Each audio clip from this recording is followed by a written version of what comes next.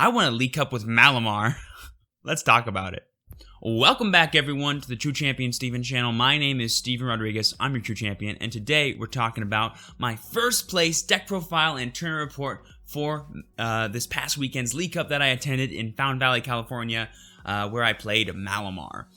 Huge shout out to Kingslayer Games, the shop that hosted the tournament. They had an amazing tournament and gave some amazing prize support. I got a freaking box and a half here of Unified Minds packs that I'll be opening later today, both on stream and for a video that I'll be posting tomorrow, so be sure to be on the lookout for that. I'll probably post it up here in the iCards above to make it easier for you guys. But if you're new here and you don't know who I am, like I said, I'm the True Champion Steven. If you guys are interested in deck profiles, meta-analysis, or just general TCG tips and want to improve your TCG game and become your very own True Champion, then why not hit that like button, subscribe to the channel, and click that bell for notifications so that way you guys know when my videos go live for you. But with all that being said, let's go ahead and get started with the actual deck profile. Alright everyone, here we are in PTCGO. Here's the deck that I played to get first place in the League Cup. Like I said, there was over 40 Masters in this tournament. A really competitive gameplay. I went 6 rounds, ended up with a 4-1-1 record. I'll get more into that once we get to the actual tournament report part of the video. But here's the Malamar deck. As always, whenever I do a deck profile here on this channel, if this video hits 20 likes by the Friday that this video comes out, hopefully this comes out on a Monday, then I will do a gameplay demonstration video with this actual deck. So if you guys want to see me actually play some games with this deck, all you gotta do is hit one little button and it'll happen. Super awesome. But you can also come live into my Twitch channel where I go live every Tuesday, Thursday, Friday afternoon, Pacific Standard Time, and a lot of the times I play a bunch of Pokemon TCG online, and who knows, I might just play this deck on stream, right? So you can just also watch me do it there as well. But for starters, let's go ahead and talk about the actual deck. So this is Malamar. If you don't know how Malamar plays, basically, Psychic Recharge is an amazing ability that lets you power up multiple attackers by getting Psychic Energy out of the discard pile and attaching them to your bench Pokemon. So the idea is to abuse Malamar's ability to power up a very wide array of attackers that enables us to have some amazing win conditions throughout any given game. Our main attacker in the deck, of course, is Giratina with Distortion Door. He has this amazing ability that puts him from the discard pile onto the bench and can put 2 damage counters on 2 different Pokemon. Oh, sorry, 1 damage counter on 2 different Pokemon. He's basically our biggest threat. Also, because if our opponent doesn't deal with him, he becomes just enough damage to KO pretty much anything in the format. If our opponent does KO him, he just comes back and spreads damage, which is insane. Shadow Impact is a really awesome attack. Putting 4 damage counters on one of your Pokemon is a kind of a downside to it, because you can't infinitely attack with him. So if you ever get into a really weird stall situation where your opponent just forces you to take knockouts on your own Pokemon, that kind of sucks. But that never happens in this format, so don't worry too much about that. He's a really good attacker. End of story. Then we got a bunch of 1-of attackers. I have 1, 2, 3, 4, 5 1-of Pokemon, as well as a Ditto and 3 Jirachis. If you don't know what Jirachi does, Stellar Wish helps you set up by searching for trainer cards. This is our main consistency engine in the deck, besides supporters. Malamar has been known to be a very inconsistent deck, but frankly, I found that once it does set up, it becomes one of the most powerful decks in the format. And that trade-off of possibly not setting up for this amazing power and playability that you have with it, to me, seems actually a really good trade-off long-term. Also, the setup that you need to do game by game isn't actually that bad. If I go first and I start with 1 Inkay and 1 Giratina with an energy attached to it, I'm set up for a turn to attack. So really, the setup isn't crazy. People try too hard to try and go for triple Inkay turn 1, and then set up triple Malamar by turn 2 and then get a turn to attack. Yeah, that's really hard to do. Most decks can't do that, let alone this one, especially with the lack of Pokemon search that there is in this format right now. But you can definitely get an Inkay, a Giratina, and an energy really easily, especially with how this deck has been built. But onto the 1-of attackers, we've got probably my most MVP of all MVPs is Espurr here. Has the Counter Day attack. We don't use that unless we're dead drawing, so hopefully you don't have to use this. But Ear Kinesis is a really powerful attack that we can set up with Malamar.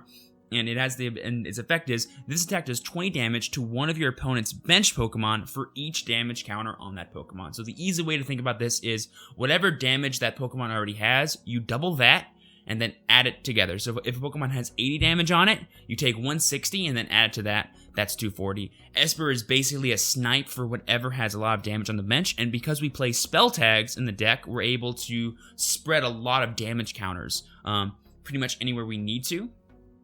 to fix knockouts with Giratina or to set up really cool KOs with Espurr or even Espeon and Deoxys. Let's go ahead and talk about this card now.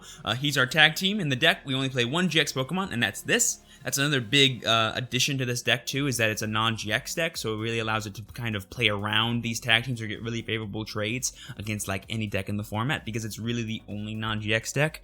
That's pretty awesome. But Espeon and Deoxys-GX, 260 HP, Psychic Club attack. We don't really use this attack ever because it doesn't really get knockouts a lot. A big problem that this deck does have that I will say is that late game, it can't take knockouts on active Pokemon if they're tag teams, so it has to find cuter ways to win by like using Espurr or using Deoxys. And sometimes that can be a crutch because taking knockouts on active Pokemon is like the easiest way to do it. And because we don't play any gusting effects, we can't soften stuff up and then bring it back up later. So you could get in like an awkward situation where like you discarded your Deoxys, you prized your Espurr, and now you have no win condition because they just stuck something in the active and you don't play catchers. So awkward stuff like that could happen, but because we play Espurr and Deoxys, it kind of like is a moot point. But it can happen, so be careful with your resources and make sure that you save these two, because these are our two biggest win conditions, pretty much, right here, because they both spread and can just deal damage anywhere on the board, which is super awesome, which over time just starts to build up. But the real attack is Cross Division GX, which is his GX attack, and it says put 10 damage counters on your opponent's Pokemon in any way you like. If this Pokemon has 3 extra energy attached to it, put 20 damage counters on them instead. So it's really powerful. So being able to spread 200 damage, it does happen a lot more than you might think because Malamar is busted. If you have like 2 Malamar in play, 2 turns of recharge and attaching to this thing equals 6. So that's really awesome.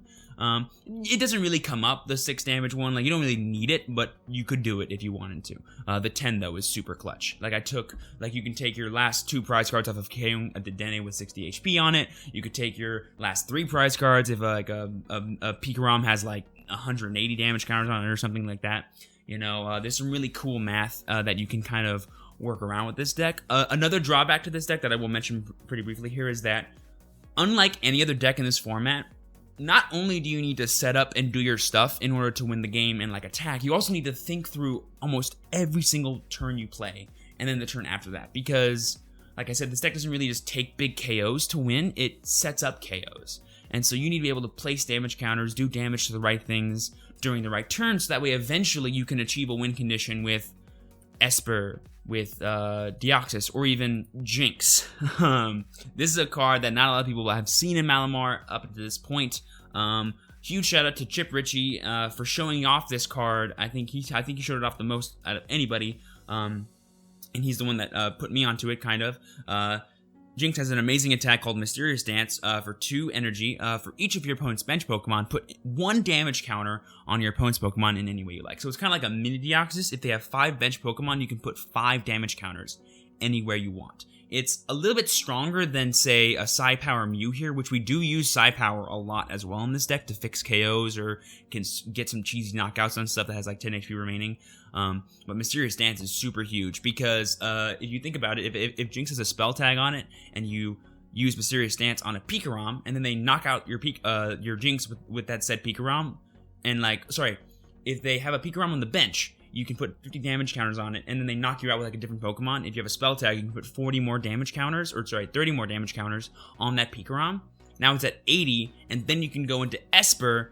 80 plus 160 is 240 KOs a Pikarom. So you just KO'd a tag team by using 2 non-GX Pokemon, and it was all done on the bench. So if they try and set up like a benched Pikarom for like a big tag bolt turn late game, they can't do that. You can easily snipe at any point. That's why this deck doesn't play catchers, because nothing's really safe.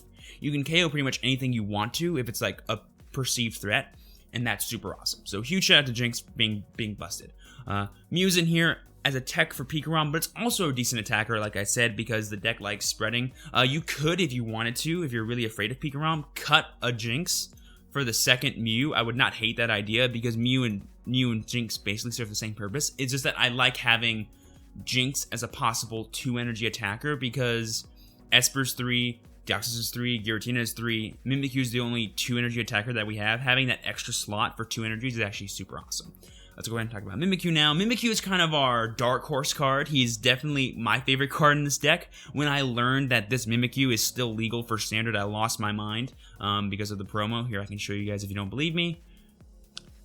Load, here it is.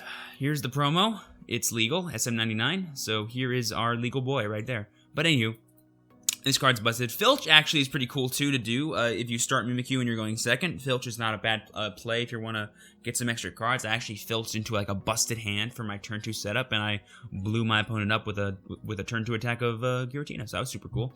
But he's really in here for Copycat. Copycat is such a powerful attack in this format right now because against certain decks, because we play Spell Tag, you can kind of just like turn off attacks essentially, like force them to never use an attack if they're afraid of your Mimikyu. So say that a Reshizard attacks my Giratina that has a Spell Tag on it, and that Reshizard has full HP. Well, I just put 40 damage counters thanks to Spell Tag onto the active. Since they used Flare Strike to knock me out, I can now bring up Mimikyu, use Copycat Flare Strike, 230 plus 40 is 270. That KOs a Reshizard with 1 non-GX attacker. Super huge, and only 2 energy too, which is actually super big too, because then you only need 1 Malamar in play at the very least. So that's why Mimikyu is super busted. I actually considered playing 2 Mimikyu for the longest time because I was really afraid of playing against Reshizard, but it's only really good against Green's Reshi. Ability Reshi, kind of, they either never use their Reshizard against you, or they are forced to, and you beat them anyway. Like, Abilities is way easier than Green's Reshi is for this deck, in my opinion. So I feel like having the Mimikyu to make Green's Reshi better is smart, but I also don't think it's necessary to win that matchup either, because we have so many ways to actually KO Reshizard. It's not even funny. But Mimikyu at 2, I would not judge you for doing it. In fact, I would honestly recommend it, to be honest with you. Like, definitely test it out if you haven't already. So that's it for our Pokemon, really. We have our consistency engine of 4 Inkay, 4 Malamar, if I haven't said so already. The 1 Ditto to help out. Frankly, I don't love this Ditto in here.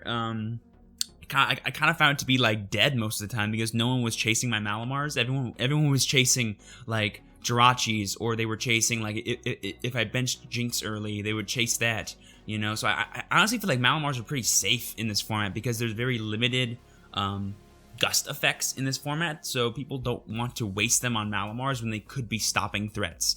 And I can kind of agree with that, because if I have 3 energy on a Giratina and it's not dead, and you choose to kill a Malamar instead, I'm like, I don't care, I still get to attack with Shadow Impact again, you know? And sometimes I'll put, like, spell tags on Malamars to, like, make my opponents be afraid to gust them up, and it's super funny. But let me go over some quick little tech Pokemon you guys could play. A Pokemon that I really wanted to play at this tournament, but I ended up not doing it, was Latios GX, because Tag Purge is a busted attack and can help against, like, niche things like Guardian or even Reshizard decks, like I said. But I felt like having another GX Pokemon in the deck at all kind of took away from something that I really like about the deck, which is that it's pretty much all non-GX until you go to the very end of the game and use Espeon Deoxys. So that's super cool. Another neat win con you can do is if your opponent has no more gust effects and they're at 1 prize card remaining, just stick Espeon Deoxys in the active and, like, 2-shot something in the active with Psychic Club and try and win the game that way. That actually comes up more often than you might think, because the deck could, like, stumble a little bit in the beginning turns of the game. But the comeback factor for this deck is so high that I feel like every game is worth playing out. And that's why I think the deck is really powerful. Onto the trainer cards, it's pretty standard from what you've seen from list. We got 4 Cynthia, 4 Lily, 3 Viridian Forest, 4 Spell Tag, 2 Escape Board, 2 Switch, 4 Calm, 4 Treasure, 4 Acrobat. That's standard, in my opinion. But the real niche cool techs are, I play 1 Power Plant, 1 Reset Stamp, and the 1 of Recycle Energy. So the Reset Stamp, I had this instead of Faba in the deck. Faba was another supporter card that I could have played to try and get rid of tool cards or special energies. I wanted it for Mirror because I was low-key afraid of the Mirror. Also, it does help a little bit against Guardian, so you can use your Espeon Deoxys to possibly take a 1-shot on it if it has like 100 HP remaining. But it ended up being, I ended up being like, is that a reason to play Faba? It's not. I ended up opting for the Reset Stamp because I was super afraid of Green's Reshizard, and having this Reset Stamp as an extra way to be like, okay, now you need double Mixed Herbs, Great Potion, and you need to get it off of 2 cards. You know, that's huge. So I definitely thought of it being a really good tech for that exact matchup, and it's also like a good tech against everything. Like, Reset Stamp is a good card against any deck in the format right now. So I figured it would be good against the mirror as well. So I was like, okay, cool. That's how I justified it, and it did come in clutch. So good job. 1 Power Plant, mandatory. I've been playing Power Plant in Malamar since Unified Minds became legal. I was playing 2 for the longest time, but I opted for the 3rd Viridian Forest instead. I'm actually considering cutting an Acrobike for another Power Plant or another Energy. I haven't decided which one yet, but I really think 2 Power Plant and 3 Viridian Forest would honestly be super busted. 5 Stadiums just seems really powerful to me right now, and that's why I like it. And then the one of Recycle Energy, shout out to Grant Manley, Chip Ritchie, Igor Costa, whoever came up with this idea to put this into regular Malamar variants and showed it off. I was like, that's genius. Because I saw Recycle Energy in the Poiple version of Malamar. That was kind of like a stally deck, and that's why they played it, so they can have like infinite energy pretty much every single turn, or like infinite knockout reviver. But having it in general is just super great, because now you can run fewer energy cards and run more consistency cards like Acrobikes, Calms, and Jirachis. And that's just super clutch. Like, I'm no longer running 10 energy, I'm playing 8 energy cards total, because once you get 2 energy cards in the discard pile and you have 1 recycle, you have infinite shadow impacts, infinite this, infinite like any attack you want, because that's amazing. So huge clutch play. Honestly, it was the real reason that I wanted to test the deck again, because I really thought it made the deck way more consistent just playing this 1-of card, and it really does. Recycle Energy turn 1-2, if you get it, is so broken. However, I would not play more than 1, because drawing it and not drawing a Psychic Energy on a turn where you need to Viridian Forest away Psychics is bad. Also, the reason why I want to possibly play 1 more energy card is because being able to draw energy early is really clutch, because if you either get the Viridian Forest for an out for an energy or the actual energy itself, you're looking pretty as long as you can get a Giratina. So generally, I would like to see more turn 1 energies. But this is the list. Those are kind of my thoughts about it. I think it's really good in the format. I don't really think you take a hard L to anything besides maybe Guardian. But as I'll tell you guys in a bit, I actually beat a Guardian during this tournament, so I'll talk more about that once we get to the actual tournament report. But this is the deck list. If you guys have any lingering questions about the list, like why I play certain cards, how certain matchups go, don't be afraid to leave them down in the comments below. Or like I said earlier, come into my Twitch channel. I go live every Tuesday, Thursday, Friday afternoon. I love talking with you guys. I love helping you guys out, and I honestly just love playing Pokemon. So if you want to come in, hang out with me, and we can talk, and I can help you out when it comes to maybe playing with Malamar in the future. Let's go ahead and hop into the actual tournament report. Alright everyone, I got my notes pulled up here on my phone. I didn't take notes for every single round, so I might get some information wrong. I do apologize. But here we go. Round 1, I played against Guardian. And I knew I was playing against Guardian because I was playing against my friend Matt, who I know plays Guardian. And I was like, oh boy, my worst matchup of the field probably, and I'm playing it round 1. Great. But luckily for me, not lucky for my opponent, Matt, he only plays 8 energy cards in his deck. In my opinion, that's way too few. I would play 10 to 11 easy. To each their own, I can't tell him what to do. But eventually, it got to the point where he had 5 energies in discard pile, 2 energies in his prize cards, so he only had 2 energies left in his deck. Sorry, no, 4 energies in his discard. Sorry, 5 in his discard, 1 in his prize cards, and 2 energies left in his deck. So he eventually could never attack me. And so I just looped Giratina and attacked him enough times for a game. And that was it. Like, literally, that's how the game rolled out. Because early game, he started Xerneas, he brought up a Guardian, he whipped a Scoop Up on the Guardian, and instead of attacking with it and just biting the L or trying to get the Kaleidostorm to move to the bench Pokemon, he retreats it into a fresh Xerneas and passes. He retreats into a fresh Guardian. He already lost the Xerneas earlier in the match where it had 3 energies on it because he went for a Sanctuary GX to try and keep his Pokemon alive. That's what happened. I remembered. I did not take notes for this one, but I remember what happened. And then he was 5 energies in this card, 1 of the prize cards, only had 2 left, and he ran out. And I ended up winning. So that was a really easy round 1 in hindsight, despite the tough matchup. Had I played Faba, I could have actually won no matter what, because there was a turn where his Guardian had 100 damage on it, and he had a Psychic Fairy Charm, and I could have gone for Psychic Club and knocked it out. In hindsight, I think it had more than 100 on it, like 110 or 150 or something. Sorry, like 110 or like 120 on it. So had he Kaleidostormed, I could have just copycatted as well to knock him out, but you know, whatever. A win's a win, a win. Round 2, we got, Mew 3 Box is the deck that I played against. I actually played against this guy the week prior at another League Cup that I played in. The first one that I played in this season. I was playing Pikarom, and I dead drew after judging myself to 4 lightning energies, and I got donked. So I was super ready for my revenge, and I knew he was playing Mewtwo too, as well. So I was super ready because I love the Mewtwo matchup with this deck, especially playing the 1 Power Plant, because the 1 Power Plant basically serves as a knockout on Mew 3, which is just super awesome. So you kind of like chump kill one with Shadow Impact, or Shadow Impact Earkinesis if they retreat it, and then you just mono KO one if it has 1 damage counter on it with Shadow Impact, because that's 260 plus the 10 from like a Spell Tag or a Distortion Door proc or whatever is 270, knocking it out. And that's exactly what happens. Like literally, I hit I turn 1 attack his active Mew 3 with my Giratina. He retreats it, attacks me with a fresh one that I Distortion Doored earlier, and then I Earkinesis because he forgot this was an attack to kill the benched one, and then he kills my Earkinesis. I then put the Power Plant into play and then immediately knock him out. It was 6 prize cards in 2 turns. It's super easy. I think that matchup is 100% your favorite matchup for sure.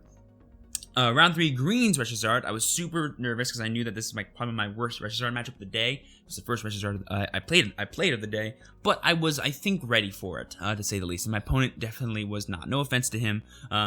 In hindsight, some really bad beats happens for him as well, as I'll explain in a second. But basically, he starts Reshizard.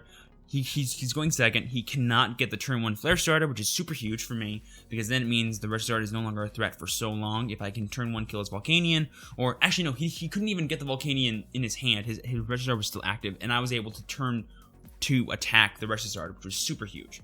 And then on my following turn, he's able to knock me out using Flare Starter because I accidentally misplayed and put the 40 damage on my Giratina like a stupid, because I didn't think he'd be able to get Switch, Welder, and Volcanion since he didn't have a way to search it, but he top decked the Volcanion and then did that. But luckily to me, he moved the damaged Reshizard to the bench and he didn't heal it. So I was like, Espurr time, baby. That Reshizard had, I think it had, because he switched it, he didn't retreat it. I think it had 3 energies on it. It did, yeah, it had 3 energies on it. So being able to kill it with Earkinesis was super huge. He also used the Great Potion on it too, so it went from 160 to 110, and I just killed it with Espurr. It was super huge. But what's crazy is he Cherish Balls the next turn, and he realizes that he has no more Reshizards in his deck. He has 2 in the prize cards. He searched his deck like once or twice before that, and he thought he had some extra Reshizards in his deck. Had he known that he prized them, he would have fought harder to get the Volcanion. He would have maybe double healed the Reshizard instead of retreating it to the bench. He would have realized what Espurr does. He actually didn't know what Espurr did. The second I played it down, he had to read it. And every time someone does that against me, I'm always like, I won this game. Because if they don't know what this does, they basically forgot that I had a win condition in my deck. You know what I'm saying? Like, it's pretty crazy to me that people don't know what Espurr does at this point. And then I just donked him the next turn because all he had was 1 Volcanion and couldn't get another one. And that was a pretty, like, sad game for me to win. But I was like, I won the game. It was awesome. So I got pretty lucky throughout these first 3 rounds in terms of, like, my matchups and, like, what I was able to do. But, and how my opponents were able to play. But, like, you know, win's a win, right? Round 4 is my first loss of the day. Actually, my only loss of the day. I went undefeated in top 8, as I'll talk about later, but I lost to Ability Zard. Basically, I went second in this game. I drew for turn. I set up double Malamar, Giratina, Energy, Jirachi. I was like, awesome, dude, let's go. And then I played a Cynthia, and my Cynthia gave me 5 Pokemon and an Energy card. And it was Recycle Energy too, so I couldn't Viridian it away and like justify it. No, I didn't even have Viridian in play. Never mind. What am I saying? So I had 5 Pokemon and an Energy. I was like, cool, I have Jirachi in play. If he can't knock it out, I can get a supporter card next turn, right? He knocks it out with Heatran, and I go, all right. Promote Inkay, draw for turn. I don't have any Psychics in my hand. All I have is the Recycle, so I cannot attach to Inkay and try and Hypnosis stall. So I just say, bench another Inkay, evolve the Malamar. I have no Psychics in discard, and I say pass. Like, Giratina can't come up to attack. I attach to the Giratina, and then I say pass.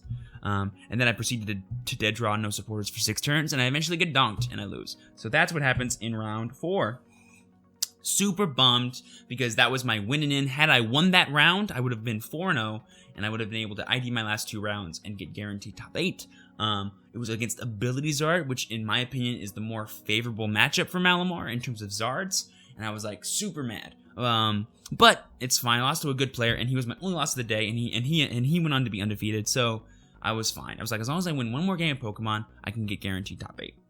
In round 5, I played against Blacephalon GX, and I win. And I won off of a really cool way. Basically, Blacephalon goes, you trade, they beast ring, you trade. You get down to 2 or 1 prize card, depending on if they attack with a Naganadel or not in the middle of the game.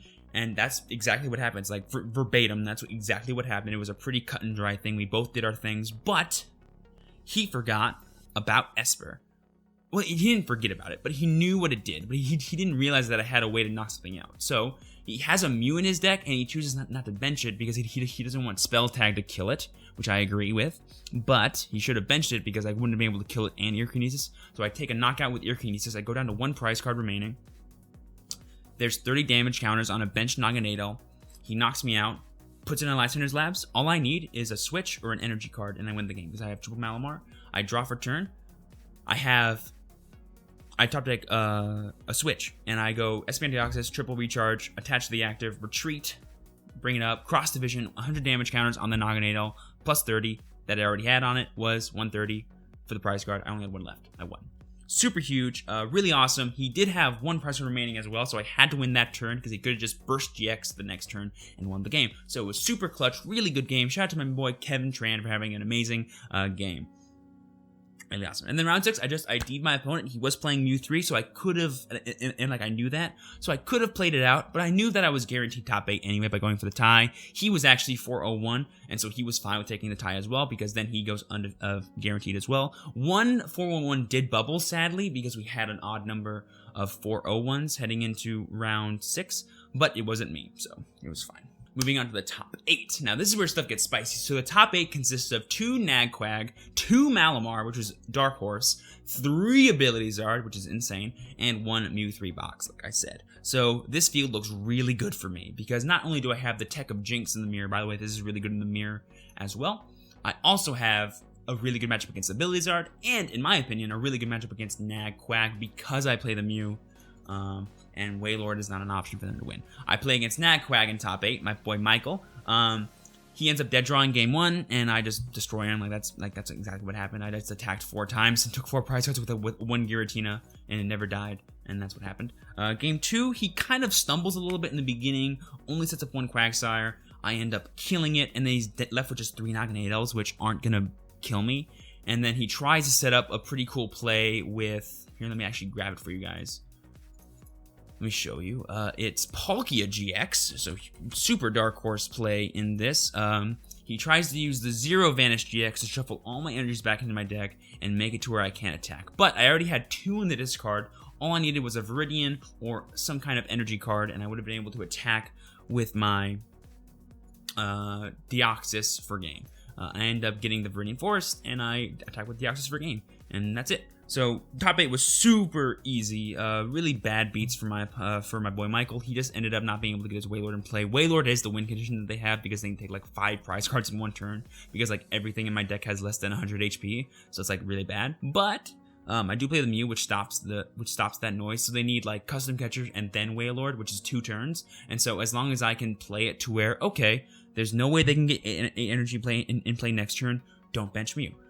No way they can get energy play, don't bench Mew. And every turn, if I'm knocking out something that has energies on it, it takes them even longer to set up 8. So really, it's not that hard. And thanks to my ability to chase stuff, I can chase stuff that has energies as well, depending on how much HP it has. So, super huge. But anyway, moving on to top 4. In the top 4, there are 3 Ability Zards and me. There's all three Ability Zards won their matchup. Yet, that's right, an Ability Zard beat a Nagquag. Insane. But there's 3 Ability Zards and me, the one of Malamar. I ended up winning, by the way. So I play against my boy Nathaniel, who is the guy that I played against in round 4, who beat me because I dead drew, and I got the sweetest of sweet revenges in our top 4 match. I played the matchup so good. He tries to set up Heatran. I end up getting a pretty sick play of double Distortion Door plus Spell Tag on the Heatran to give it 60 damage when he brings after he so like I do double Distortion Door on the Heatran. He goes to 20. He knocks out my Giratina, puts himself to 60 damage counters. I bring up my another Giratina, hit him for 130. That's 9. Plus 60 is 190. Knocks out his Heatran. He has no more good attacker in the deck to beat me. By the way, Heatran isn't even a counter to Malamar. It's just a GX attacker. That's not a tag team. Then I kill a Jirachi, and then I kill his Reshizard with Espurr. And that was game 1. Game 2, he whiffs Welder the entire game. I swear he did not play a single Welder the entire game. It was bad beats for him, for sure, but that's why playing 4 supporters only is bad. So that's maybe your call out there to maybe not play Ability Zard. That's why I don't play Ability Zard, because I cannot justify playing only 4 supporters, ever. But I just kind of rumple stomp him because he can't set up, and I get like all the win conditions in the world possible. Finally, we move on to the finals against Jimmy Zhang playing Ability Zard. Really quick story about Jimmy Zhang. So Jimmy Zhang, fun fact, is the first person that I ever played against in a top 8 match for my first tournament that I ever played. So the first tournament I ever played was way back in 2015. It was an expanded city championships. I got top 8 in my first tournament ever. Super huge. I play against Jimmy. He's playing Toad Tina, and I get destroyed. I dead draw so much. All I have are item cards, and I lose. And that was my top 8 experience against Jimmy. Years later, at my first ever League Cup that I top 8'd, I played Jimmy in top 8. He ended up having to leave early for some reason, and so I got an automatic win. So in my mind, I'm 1-1 against Jimmy. So I realized this the other day when I was driving home, and I was like, I should text Jimmy, but I forgot to do that too. But anywho, I ended up beating him, by the way, spoiler alert. So I'm now officially 2-1 against Jimmy Zhang, who's a really well-known player here in California. Super, super good player. Plays with like Kenny Britton, Israel Sosa, you know, those kinds of guys. Really, really highly skilled. And he piloted the matchup very, very well in the first game. The first game, he sets up a Hoopa. Like, the big swing turn was that he has a Hoopa in his deck, and he uses it to take a knockout on my Jirachi. But because he did that, I only had 1 Pokemon with an ability in play, and that was Ditto. Sorry, 2. I had Ditto and I had Giratina. The Giratina had no damage on it, so what I did was I promoted Inkay. I evolved 1 Malamar. I already had an energy on my Giratina, so I could recharge to it, put a spell tag on it, and attached to it for turn, retreated the Inkay, and I hit him with Shadow Impact for 110. He had a spell tag on him, he had no damage on him, and there's only 2 abilities in play. That Hoopa can only do 100 damage. It cannot KO my Giratina. He does not have Ninetales in play or any hope of a Vulpix, so there's no way that he can actually take the knockout. He then attacks me with his Hoopa. I use my spell tag to KO the Hoopa, and then put 20 damage counters onto the Heatran. He misplays here where he doesn't actually promote the Heatran, he promotes a Jirachi. And by doing that, I'm able to double Distortion Door onto the Heatran. It already had been Distortion Doored earlier, so it has 60 damage counters on it. I was like, oh my god, I'm such a god today. And it was a super big play that ended up winning me the game pretty much, but I end up misplaying towards the end of the game where he uses his Infinity GX for a knockout on a Malamar, which is super huge. Excuse me. And instead of going for Shadow Impact to KO the Infinity, I end up going for a Jynx play and putting all the damage counters on Ninetales to try and win the game that way, because I only had 3 prize cards left. Sadly, he does something super Dark Horse, and he retreats his Infinity, welders to the Ninetales, because all he had in play was 3 Jirachis, 2 Dedenes, and the Ninetales, so he had no attacker in play, so I figured I could just grind him out with Jynx and win with Mysterious Dance. Infinity, double Dedenne, double Jirachi, and Ninetales. So I figured I could just Mysterious Dance for like infinite turns until I set up the Deoxys, but I forgot that he had Fire Crystal the turn before, so he actually had energy cards in his hand. He didn't need a top deck any, even though his whole deck was Fire Energy at this point, but still. So I misplayed there for sure, but it ends up paying off super huge because he attacks me with Ninetales, I KO his Ninetales with Giratina, I spell tag, put 40 damage counters on Jirachi. A Jirachi already had 30 from previous Distortion Doors and other things. So when it comes to my turn, I promote Jirachi, I top deck energy, I attach the energy to Jirachi, I recharge to my Jynx that has 1 energy already on it. I then Distortion Door, put 10 damage on the Jirachi with 40 and 10 damage on the Jirachi with 30. The Jirachi has 20 left, the other Jirachi has 30 left. He has 5 bench Pokemon. I bring up Jynx, I spread 5 damage counters to the 2 Jirachis, I take 2 prize cards, I win the game. It was super huge. He had 1 prize card remaining. He was going to win the game next turn. It was by far the best game of Pokemon I have played in a very long time. And not only did I misplay and make it a lot harder for myself, but I saw the line of play that I had to reach in order to win. All I needed was Switch or Energy, and I promoted my Jirachi, so I had ways to search for both. But it was super, super huge, man, in terms of crazy plays. Jimmy played round 1 very well. In game 2, however, it's a different story. He kind of stumbles a little bit. I'm not saying that like he dead draws or anything. He gets like a welder, he gets like his stuff, but he's just not setting up a Heatran, he's not setting up Hoopa. He has to set up a Reshizard in order to take any kind of knockout, and whenever you attack early with Reshizard as Ability Zard, if you're not playing Super Scoop Ups, you're guaranteed to lose, in my opinion. Because I hit that thing for 130 on my second turn of the game, I set up triple Malamar, and he never got Vulpix in play, ever, and so I just won the game. And at that point, if he ever gets Vulpix in play, it's automatically dead because I can just spell tag it and then double Distortion Door it if I have to in order just to take a KO on it. So yeah, I end up just kind of like cleaning up the game by going for Shadow Impact on a Reshizard, and then I go for I actually also knock out the same turn a Jirachi because I put all the spell tag damage on it, and eventually I just Distortion Door it to death. And then I just kill a Dedenne GX with Earkinesis. Sorry, no, with actually Cross Division. I lied, with Cross Division. I ended up using that to KO a Dedenne that had 6 damage counters on it, and I won the tournament 2-0 in all of top 8, and it was insane. But yeah, guys, that does it for my deck profile and tournament report for my first place finish at the Kingslayer Games League Cup in Fountain Valley, California. I hope you guys enjoyed the video. Be on the lookout for the unboxing video that I'll hopefully be posting tomorrow of this beautiful Unified Minds box. Hopefully we can get some good pulls from that. If you haven't already, be sure to follow me on Twitch, where I go live every Tuesday, Thursday, Friday afternoon, Pacific Standard Time. Sometimes I play on the weekends as well, and I do all kinds of Pokemon, TCG, stuff like that on there as well. And be sure to follow me on Twitter so that way you guys can be watching me as I go to other tournaments in the future and live tweeting the whole event and letting you guys know right then and there how I'm doing and what's going on in my day. But anywho, guys, with all that being said, thank you so much for watching this video. I hope you had a wonderful day, and as always, be sure to work hard, rest easy, and live well, and I will see you all next time. Peace out.